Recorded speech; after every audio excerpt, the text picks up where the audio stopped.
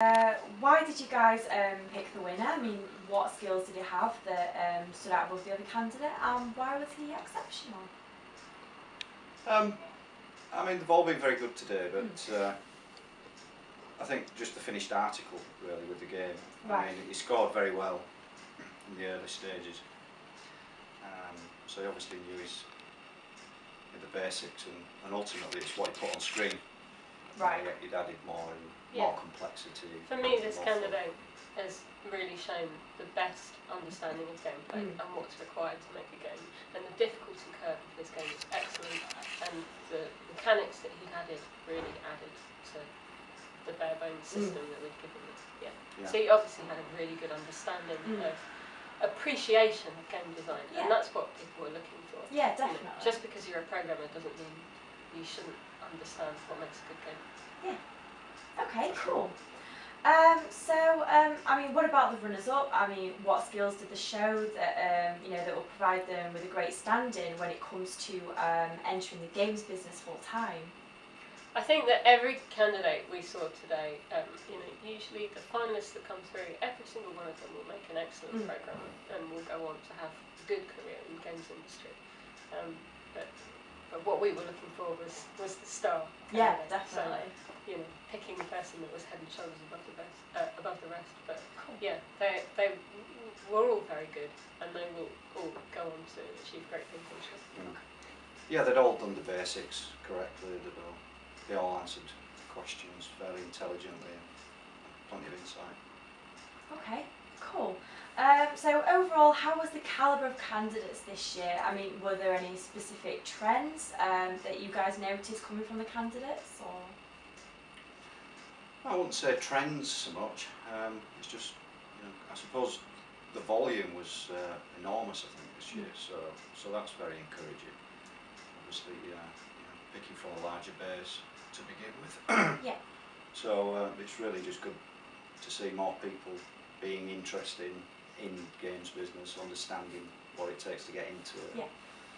And obviously forums like this are fantastic for that kind of thing.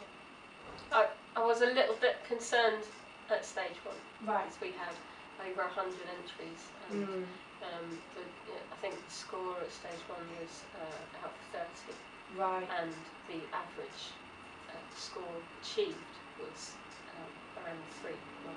And there are some candidates that scored 0 points, so right.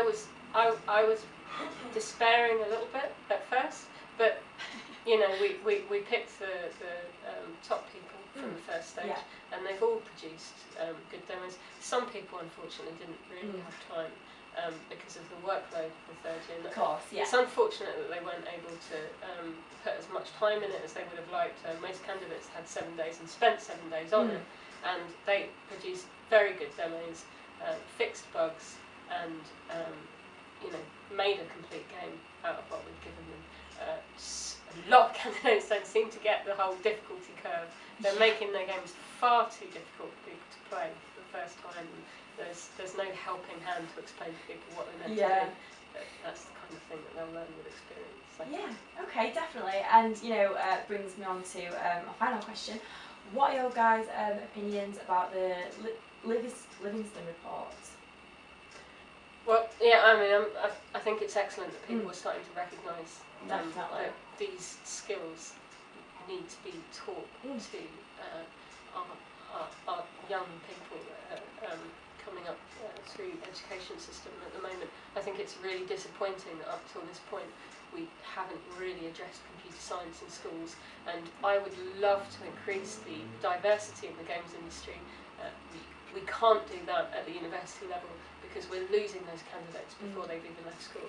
I'd say that around 12, 13 years old, people don't realise that games is a viable career. They don't realise if they have strong maths skills that can be applicable to games. Yeah.